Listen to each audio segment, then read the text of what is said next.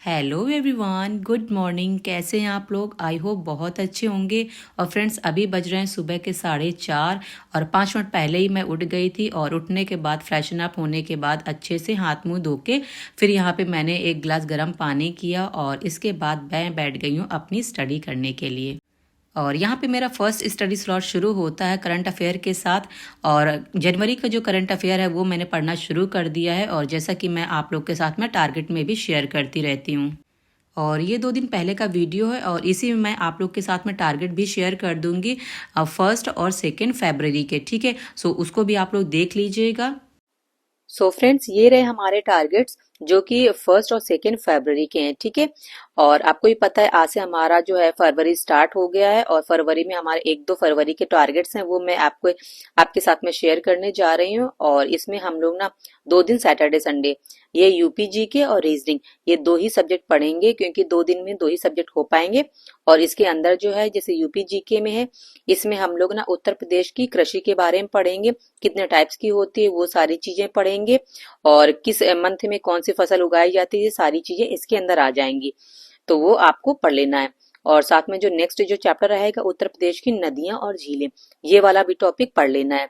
अब आप ऐसा कर सकते हैं कि जैसे एक दिन में ना ये पूरा जो चैप्टर है वो आप आराम से कर सकते हैं, या फिर थोड़ा थोड़ा करके कर सकते हैं। जैसे कि एक दिन में ये वाला चैप्टर कर लीजिए, नेक्स्ट से ये वाला चैप्टर, और साथ में क्लॉक कर लीजिए, क्योंकि 2 ही दिन के टारगेट्स हैं और 2 ही सब्जेक्ट हैं फ्रेंड।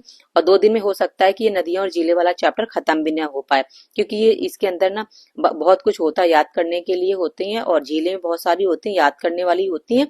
तो ये लर्निंग पार्ट ज्यादा बन जाता है, तो इसीलिए। पर कोई ना, हम जितना ज्यादा मैक्सिमम करने की कोशिश करेंगे वो हम कवर कर लेंगे। नहीं हो पाता है तो नेक्स्ट आप जैसे कि थोड़ा थोड़ा करके आधे घंटे का निकाल के मंडे ट्यूसडे तक ऐसे भी खत्म कर सकते हैं। और साथ में रीजनिंग में हमको क्लॉक वाला टॉपिक ये वाला कंप्लीट कर लेना है। और इससे पहले हमने आपके साथ में ये पासा डायस यो वाला जो टॉपिक था वो मैंने शेयर किया था। और आज 2 दिन हमको क्या करना है, ये क्लॉक वाला चैप्टर।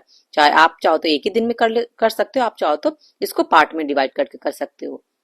और फ्रेंड्स, इस वीडियो में मैं आपको टेस्ट सीरीज के बारे में जो लोग पूछ रहे थे कि दी अपना स्कोर भी बताया करिए, और साथ में जो क्वेश्चन पेपर है वो भी थोड़ा सा दिखा दीजिए, जिससे कि हमको भी आइडिया मिल जाए। अगर उनको ठीक लगेगा तो वो लोग भी परचेज कर देंगे।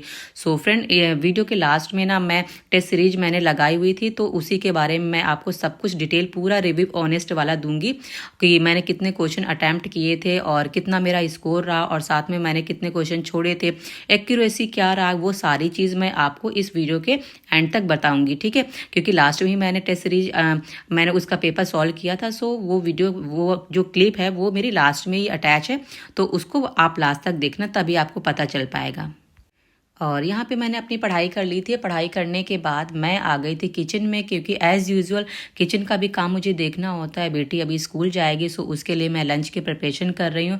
और आज यहाँ पे बनाया है मैंने बैगन का भरता, और साथ में थोड़ा सा ये सूजी वाला हलवा, ताकि अगर बैगन का हलवा में भी थोड़ा होता है, वैसे तो खा लेती है, इनकेस अगर थोड़ा रहता है कि थोड़ा सा मीठा हो जाएगा, क्योंकि बहुत होता है ना कि अगर जैसे बच्चों को आलू की सब्जी होती है वो ज़्यादा फेवरेट होती है, और इस तरह की अगर कोई भी सब्जी देते हैं तो खा तो लेंगे, लेकिन होता है ना कि कभी मुंह बना बना के खा रहे हैं, तो इसलिए मैंने थोड़ा सा मीठा इसमें रख दिया है, ताकि उसका टेस्ट भी बदल जाएगा और उसको ठीक भी लगेगा। और यहाँ पे मेरी बेटी भी रेडी हो गई थी, और वो 5 से 10 मिनट जैसा उसके पास में टाइम होता है, तो वो 10 से 15 मिनट के लिए साइकिलिंग कर लेती है, क्योंकि जैसे कि 8:30 तक मैं रेडी कर देती हूँ। और कभी जो उसकी वैन है वो 8:45 पे आ जाती है, कभी कभी इन केस बहुत ज़्यादा लेट हो जाती है तो 8:50 तक हो जाता है, और कभी कभी 8:40 पे ही आ जाती है। फिर भी मिनिमम जो है उसके पास में 10 मिनट का टाइम होता है। सो मैं सोचती हूँ कि चलो 10 मिनट ही सुबह की जो साइकिलिंग है वो हो जाएगी, और जिससे कि ना उसको भी अच्छा लगेगा, और अभी ग्रोइंग स्टेज है तो सुबह सुबह की जो एक्सरसाइज होती है वो भी हो जाएगी, तो उसको भी अच्छा लगेगा। और बेटी की स्कूल जाने के बाद मैंने भी नहा लिया था, कपड़े थे और उसकी जो ड्रेस थी वो पहन के गई हुई थी वो भी मैंने धुल दिया था एक दिन पहले जो पहन के गई थी। और यहाँ पे मैंने उसके शूज़ वगैरह सब धुल दिए थे, तो थोड़ा सा टाइम हो गया था, ऐसे करीबन हो रहा होगा 11 बजे। तो अब मैं यहाँ पे दोबारा अपनी स्टडी करने के लिए बैठ गई हूँ।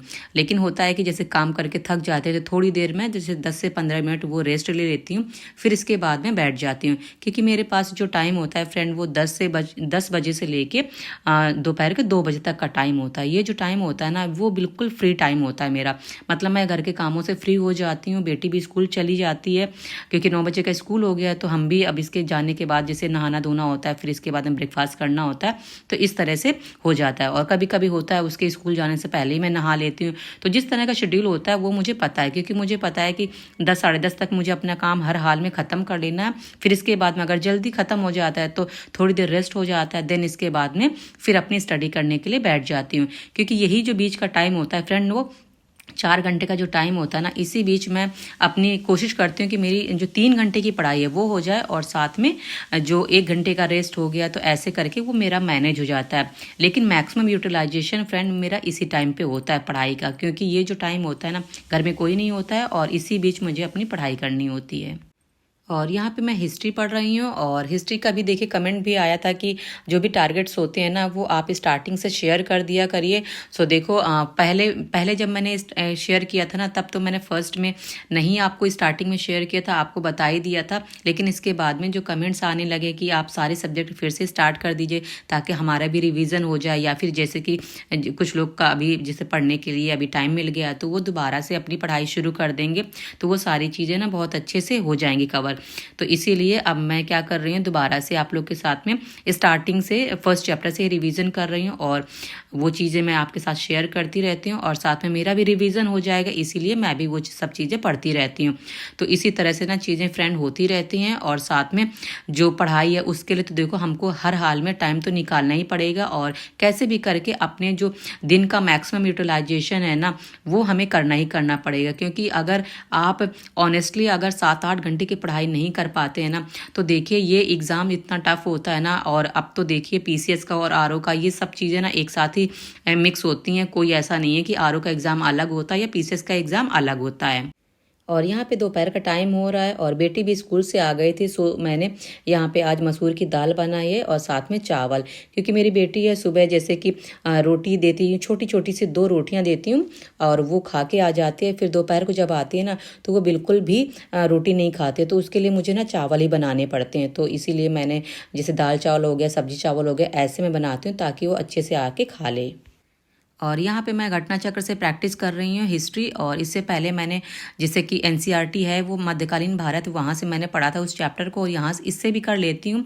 और इसके बाद में इसका रिवीजन मैंने कर लिया था और अब मैं बैठने जा रही हूँ, इसका टेस्ट सीरीज लगाऊंगी। सो जो फर्स्ट चैप्टर मैंने पढ़ा हुआ है और जैसे महमूद गजनवी के बारे में, मोहम्मद गौरी के बारे में, और साथ में जो अरबों के सिंध विजय, और ये सारे जो चैप्टर्स हैं ना इनके अंदर, तो इसी का रिवीजन मैंने किया था और इसी का आज मैं टेस्ट सीरीज लगा रही हूँ। और टोटल 20 क्वेश्चन से, जिनमें से मैंने ना 6 क्वेश्चन अटैम्प्ट नहीं किए थे, टोटल मैंने 14 क्वेश्चन अटैम्प्ट किए थे। 14 में मेरे 2 क्वेश्चन जो थे वो रॉन्ग थे और ये 12 क्वेश्चन मेरे सही थे। तो ये स्कोर जो है वो आप देख सकते हैं, एक्यूरेसी मेरी 85% के करीबन आई हुई है। और ये जो स्कोर है मेरा वो आउट ऑफ 20 दिखा रहा है, जबकि मैंने 20 नहीं अटैम्प्ट किए हैं। जो क्वेश्चन थे मेरे, मैंने 14 अटैम्प्ट किए थे, क्योंकि 6 क्वेश्चन जो ऐसे थे जो जैसे कि कुछ के बारे में था, स्टेटमेंट वगैरह जो दिया हुआ होता है ना, कि जैसे ये स्टेटमेंट, ये कोटेशन किसने लिखी, तो वो 3 से 4 क्वेश्चन थे जो मैंने नहीं अटैम्प्ट किया था। मुझे लगा कि नेगेटिव करने से अच्छा है उस क्वेश्चन को ना अटैम्प्ट करो, क्योंकि वो मुझे आ भी नहीं रहे थे। और साथ में मैंने कहा कि इन क्वेश्चन को ना मैं बाद में नोट कर लूँगी जो इनके कोटेशंस हैं, और फिर ये सारे कोटेशन मैं एक जगह नोट कर लूँगी ताकि जब मैं रिवीजन करूँगी ना इनको अच्छे से लर्न कर लूँगी और ये याद भी रहेंगे। हो सकता है कि इस तरह के कोटेशन वाली जो लाइन है वो भी देखने को मिल जाए एग्जाम में। सो ये क्वेश्चन जो थे वो आप देख सकते हैं, मैं आपको दिखा भी रही हूँ कि जो जो मैंने अटैम्प्ट किए हैं वो सारी चीज़ें मैं आपको दिखा रही हूँ। और 20 क्वेश्चन के लिए टोटल जो टाइम था वो 15 मिनट्स का टाइम था, और ये 15 मिनट्स में मैंने 9 मिनट्स में ये 14 क्वेश्चन अटैम्प्ट किए थे और बाकी 5 मिनट्स मेरा रिमेनिंग था, क्योंकि मैंने इसमें 6 क्वेश्चन नहीं किए थे। और मैं बाद में ही उनका जब इसका सोल्यूशन देखूंगी ना, फिर मैं उसको चीज़ को मैं अच्छे से एनालिसिस करूंगी। और देख सकते हैं यहाँ पे मेरा एक ना जिसे ये गलत भी हो गया है, तो वो सारा ऑनेस्ट ही आपको रिव्यू देख रही हूँ। और आप इस चीज़ से ना आइडिया लगा लेना, जिन लोग को भी अगर हेल्प मिलती है तो वो बहुत अच्छे से इस वीडियो को देख लीजिएगा और आप लोग अच्छे से समझ लीजिएगा। और कुछ लोग का कमेंट था कि आप अपना स्कोर भी बता दिया करिए, तो देख लीजिए आप, मैंने अभी रिसेंट में ही इसको परचेज़ किया है। सो आज फर्स्ट टाइम ही इस टेस्ट सीरीज से मैं लगा रही हूँ। सो मैंने आपको स्कोर भी बता दिया, सारी चीज़ें आपको बता दी है, और इससे आपको ना बहुत अच्छे से हेल्प मिल जाएगी। और जिन लोगों को लगता है कि नहीं परचेज़ करना चाहिए, तो आप देख लीजिएगा, अपने अकॉर्डिंग इसको परचेज़ भी कर सकते हैं।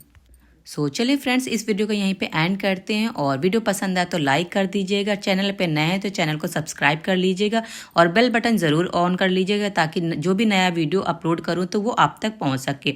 और हम लोग मिलते हैं नेक्स्ट वीडियो में, तब तक के लिए बाय एंड टेक केयर।